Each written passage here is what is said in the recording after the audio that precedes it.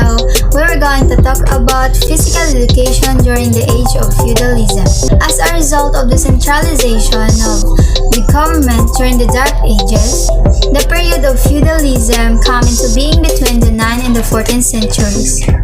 Feudalism was a system of land tenure based on allegiance and service to the nobleman or lord. The lord who owned the land called his vassal. In return for the use of this land, the vassal owed allegiance and certain obligations to this lord.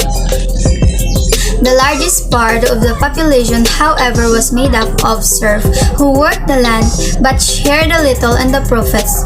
They were bound to the land, and as it was transferred from the vassal, they were also transferred. Two careers open were two sons of noblemen during feudalistic times. They might enter training for the church and became members of the clergy, or they might become knights.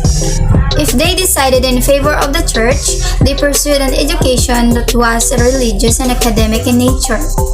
And if they decided in favor of chivalry, they pursued an education that was physical, social, and military in nature. That training that a boy becoming a knight was long and through. Physical training played a major role during this period. Becoming a knight. At the age of 7 years, a boy was usually sent to the castle of a nobleman for training and preparation for a knighthood.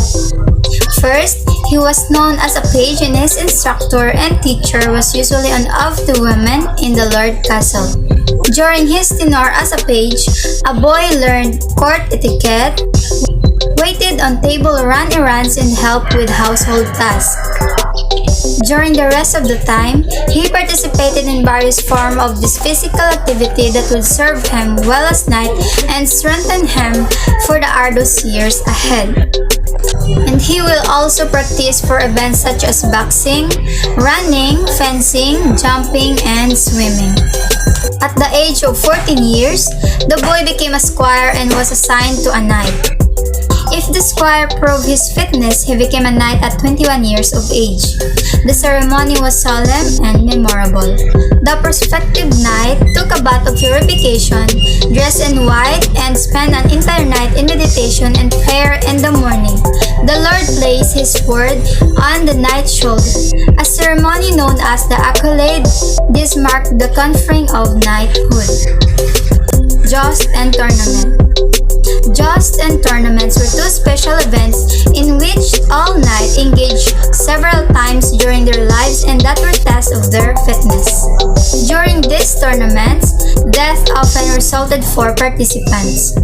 In these exhibitions, a knight had the opportunity to display his personal bravery, skill, power, strength, and courage.